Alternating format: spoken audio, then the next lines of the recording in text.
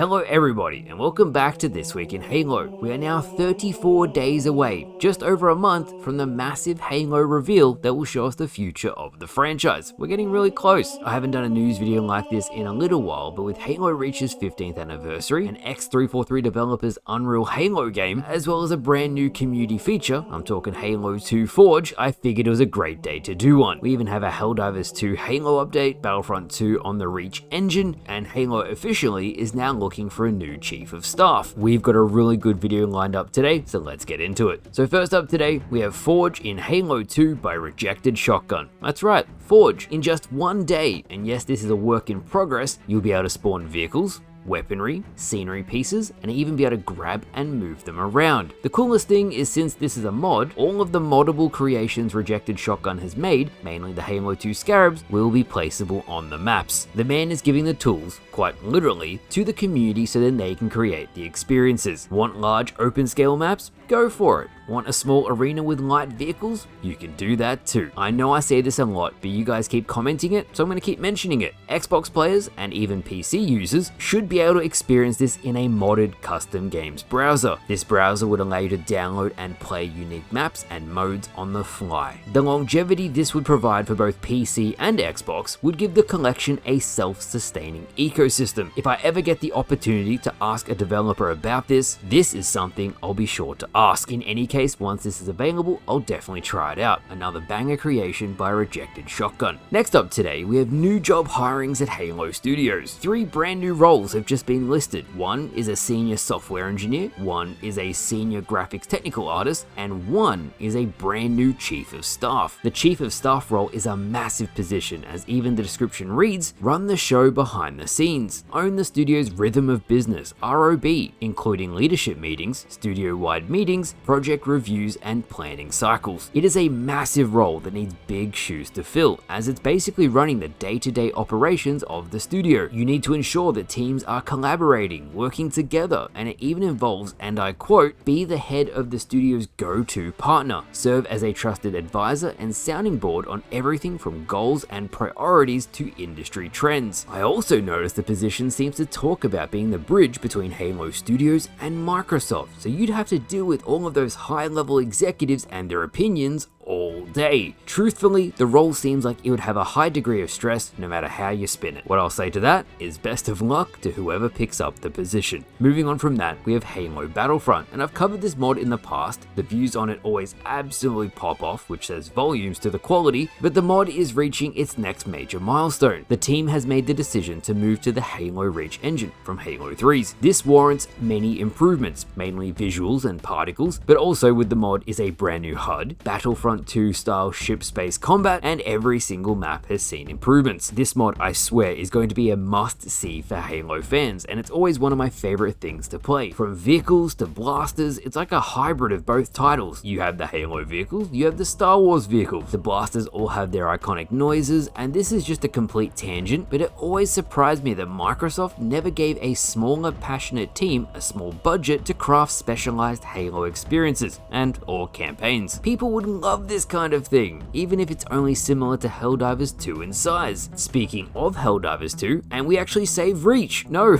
I'm not joking. The location of New Alexandria, which was completely overtaken by the Illuminate faction, has been liberated. We held 0% of that city. With enough ODSTs and Helldivers, this was actually so impactful that the Helldivers 2 developers made a post which said, New Alexandria secured. A small but fervent cohort of Helldivers has successfully repelled the Illuminate menace from New Alexandria, a city on the planet of Seychelles Beach. While the city itself bears no particular strategic significance, the single-minded focus of these Helldivers is nevertheless an inspiration to all. All I have to say is hell yeah. Yet another win and proof of how awesome Halo fans are. Now, while we are on the topic of Halo Reach, and we've just had Halo Reach's 15th anniversary, Halo Studios posted a small tribute onto their official social media accounts, quoting Noble and their more iconic lines. I respect that we got something for the anniversary at the very least, but I get that Halo fans, myself included, wanted more. IGN actually took the video, they re-uploaded it, and the amount of people who commented thinking this was the announcement of a remaster, oh, people weren't happy. And it really showed me just how many people want more content in this era of the franchise. I mean, the top comment literally says, "I thought this was going to be a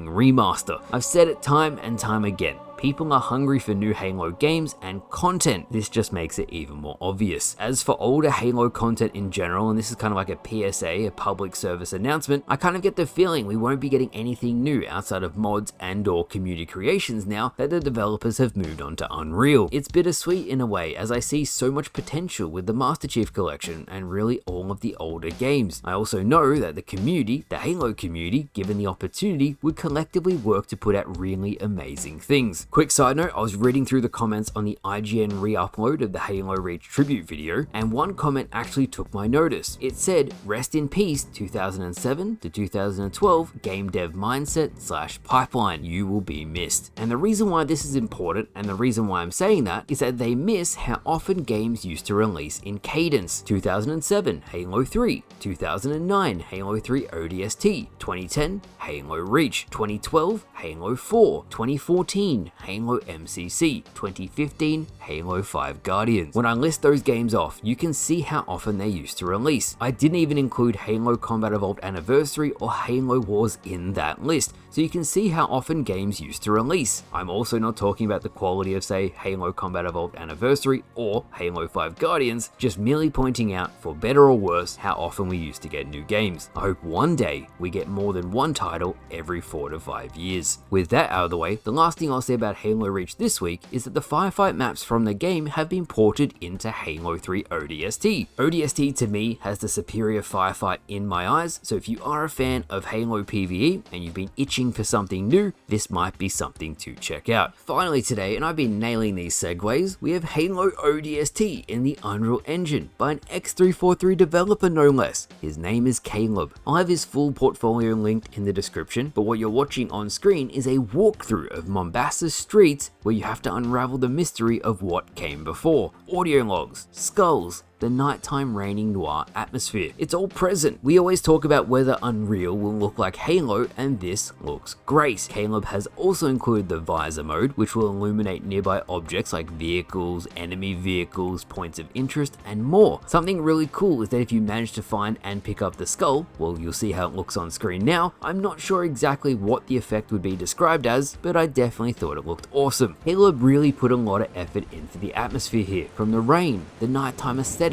the ruins of what clearly was a battle that has since passed, obviously when the Covenant first landed. You're the rookie, exploring and trying to piece together what happened, and even though the engine is different, it shows how a passionate person about the franchise can put something faithful together that Halo players will enjoy. ODST was eye-opening for me because it really showed just how diverse a franchise we have here. You're not a Spartan, and yet the story that was crafted by Bungie at the time showed a different side of the war, and I think sometimes people forget that. Humanity, it's been the driving force of the entire franchise. Our race against insurmountable odds against an alien collective faction known as the Covenant, and now the Banished. ODST grounds Halo in that humanity, the reality that during the time point of ODST, we're losing. The Covenant has found Earth. Things aren't looking great. And sure, as the Master Chief, you tear through everything in your way, but that's not the reality of the bulk of the battle. On almost every other front, humanity is being obliterated. So showing ODST, the audio log story too, really helps to show another side of the franchise we love. I really hope in future we get campaign stories beyond that of Spartans. There are so many stories you can tell, and it's my dream that this gets capitalized on in future. If you would like to play through this, I'll have the link in the description too. It's a nice walkthrough of New Mombasa on the Unreal Engine, and that is this week in Halo. And what a week it's been. Brand new features being made by the community, an ODST walkthrough on the Unreal Engine, numerous job postings, and more. Big shout out to the Halo community for always doing great work. Happy 15th anniversary to Halo Reach, and we are only 34 days away now from the major Halo reveal showing off Halo's future. Thank you all for watching, and I'll see you guys later.